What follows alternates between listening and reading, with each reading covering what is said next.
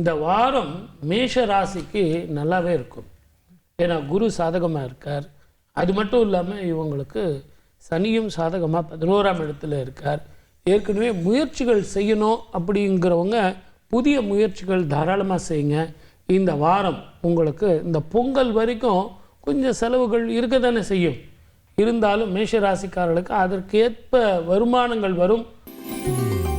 ரிஷபராசிக்காரர்களுக்கு இந்த வாரம் எப்படி இருக்க போகிறாங்க? 2025 என்ட்ரி அவங்களுக்கு எப்படி இருக்குது? அவங்க ரொம்ப நாளாக எதிர்பார்த்துட்டு இருக்கிற இடமாற்றம், தொழில் மாற்றம், வருமான மாற்றம், எல்லாத்தை விட மன நிம்மதி, இது அத்தனையுமே இந்த வாரம் அவங்களுக்கு காரிய சித்தி வரும். இவங்க செய்ய வேண்டியதெல்லாம் என்னன்னு கேட்டிங்கன்னா, பக்கத்தில் இந்த வைகுண்ட ஏகாதசி நமக்கு வரப்போகுது. ஆமாம் சார். தயவு செஞ்சு இவங்களால வெள்ளிக்கிழமை வரப்போகுது. கரெக்ட். ஏதாவது ஒரு பெருமாள் கோவிலுக்கு நல்லெண்ணெய் வாங்கி தானம் பண்ணுங்க. அதை பண்ணிங்கனாலே மன நிம்மதி. வாழ்க பலமுடன். All the best.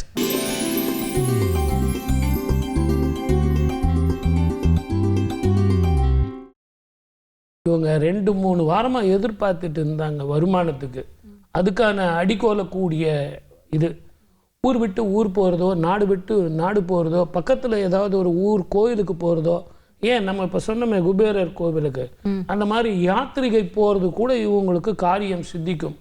அதனால் மன நிம்மதியும் குடும்பத்தில் ஒற்றுமையும் இவங்களுக்கு நல்லா இருக்கும். இவங்க செய்ய வேண்டியதெல்லாம் என்னன்னு கேட்டிங்கன்னா, எதிர்வரும் இந்த பண்டிகை பொங்கல் நாளில் உங்களால் முடிஞ்ச வரைக்கும் வஸ்திர தானம் செய்யுங்க. அற்புதமான பலன் கிடைக்கும்.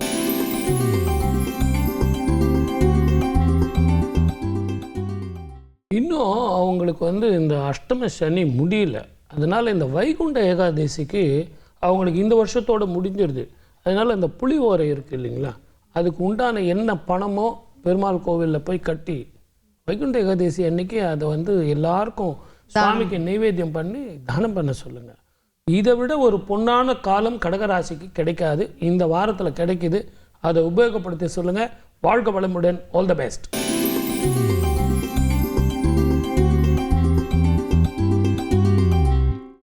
இவங்களுக்கும் அதே கண்டக சனி, அடுத்தது பார்த்தீங்கன்னா அஷ்டம சனி. எல்லா டிவியும் எல்லாம் நாங்கள் பார்த்துட்டோம் சார் அப்படின்னா, ரொம்ப சிம்பிள் பரிகாரம். அஸ்வமேத யாகம் செஞ்ச பலன் சொல்லித்தரேன். எவ்வளவு பிரச்சனைகள் வந்தாலும் தீரும். பொறி இருக்கு இல்லையா, குளத்தில் போடுங்க. வாயில்லா ஜீவன் அந்த மீன்கள் சாப்பிடும்போது அஸ்வமேத யாகம் செஞ்ச பலன் கிடைக்கும்.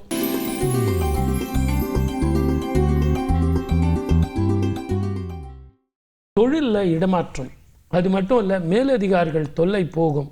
அற்புதமான வாழ்க்கை வரும். சிறப்பான வருமானங்கள் அதிகாரிகளுக்கு உங்களுக்கு கிடைக்கும். அதே நேரத்தில் தொழில் பண்ணுறவங்களுக்கு வருமானம் கூடும். மொத்தத்தில் இந்த வாரம் சுபமான வாண்டாக இருக்கிறதுக்கு ஒரு அத்தாட்சியாக இந்த வாரம் இருக்கும்.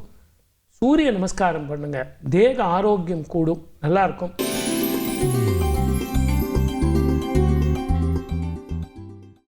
துலாக்கு புதிய முயற்சிகள் கை கொடுக்கும். தேக ஆரோக்கியம் ஏற்கனவே இவங்களுக்கு ஸ்டபனாக இருந்தாலும், நான் சொல்கிற மாதிரி கொஞ்சம் சந்தனம், நல்ல புதுசான சந்தனம், பழசு இரவில் தங்கின சந்தனம் கூடாது. முடிஞ்சால் கையில் கூட இழைச்சி பக்கத்தில் இருக்கிற விநாயகர் கோவிலுக்கு இந்த பொங்கல் அன்னைக்கு சுவாமிக்கு அபிஷேகத்துக்கும் அர்ச்சனைக்கும் அந்த இதை கொடுங்க. இதை விட பெரிய தானமும் பெரிய அற்புதமான இந்த வாரத்துக்கான பரிகாரமும் வேறு எதுவும் கிடையாது. வாழ்க வளமுடன். All the best.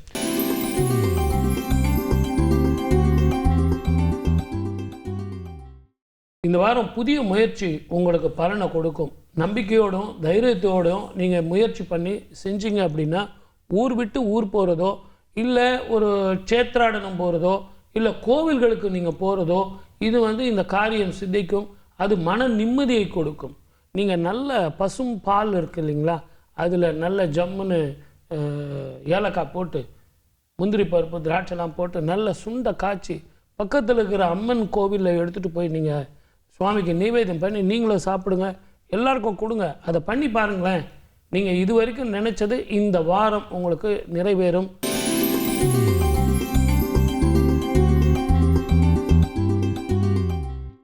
உங்களை பொறுத்த வரைக்கும் இந்த வாரம் நீங்கள் வஸ்திர தானம் பண்ணுறது நல்லது. பொதுவாகவே பொங்கலில் வீட்டில் வேலை செய்கிறவங்க, நம்ம கம்பெனியில் வேலை செய்கிறவங்க எல்லாருக்கும் வஸ்திரம் கொடுப்பாங்க. அதனுடைய உண்மையான அர்த்தம் என்னன்னு கேட்டிங்கன்னா, ஆத்மகாரகம் சூரியனது ஸ்திதியை வச்சு தான். தனுர் ராசிக்காரர்கள் இந்த நேரத்தில், இந்த வைகுண்ட ஏகாதசி பொங்கல் காலத்தில் வஸ்திர தானம் பண்ணுங்க. நினைத்தது நிறைவேறும், நினைச்சதை சாதிக்கலாம். மகர ராசி சார்.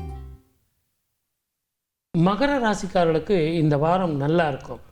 தேவையில்லாத மனக்குழப்பமும் மென்டல் ஸ்ட்ரெஸ்ஸும் விடுங்க. தெளிவான சிந்தனையும் தெளிவான முடிவும் எடுத்தால் இந்த வாரம் முழுவதும் வெற்றி உங்கள் பக்கம்தான். அதே மாதிரி சூரிய நமஸ்காரம் செய்யுங்க, சூரிய காயத்ரி சொல்லுங்க. உங்களால் முடிஞ்ச வரைக்கும் பசுமாட்டுக்கு அகத்திக்கீரை தானம் பண்ணுங்க. இதையெல்லாம் செஞ்சீங்கனாலே மழை போல வர பிரச்சனைகள் பனி போல மாறும். கும்பத்துக்கு கொஞ்சம் வருமானம் பாதிக்கத்தான் செய்யும். செய்யாத குற்றங்களுக்கு சில தண்டனைகள் இருக்கும். இருந்தாலும் இதெல்லாம் மனசில் ரொம்ப போட்டு வச்சுக்காதீங்க. முடிஞ்ச வரைக்கும் பக்கத்தில் இருக்கிற முருகன் கோவிலுக்கு பால் அபிஷேகம் பண்ணுறதுக்கு பால் வாங்கி கொடுங்க. அதை செவ்வாய்க்கிழமையில் செஞ்சீங்கன்னா இன்னும் பலன் இரட்டிப்பாக இருக்கும்.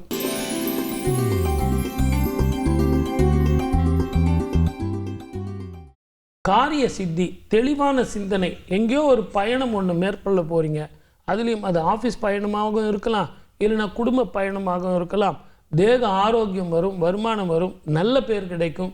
இதுவரைக்கும் இருந்து வந்த குழப்பங்கள் எல்லாம் போகும். இந்த வாரத்தில் தெளிவான சிந்தனை உங்களுக்கு உண்டாகும். அதுக்கு நீங்கள் பண்ண வேண்டியது சூரிய நமஸ்காரம் செய்யுங்க, சூரிய காயத்ரி சொல்லுங்கள். அற்புதமான திருப்பங்கள் வரும். வாழ்க வளமுடன். All the best.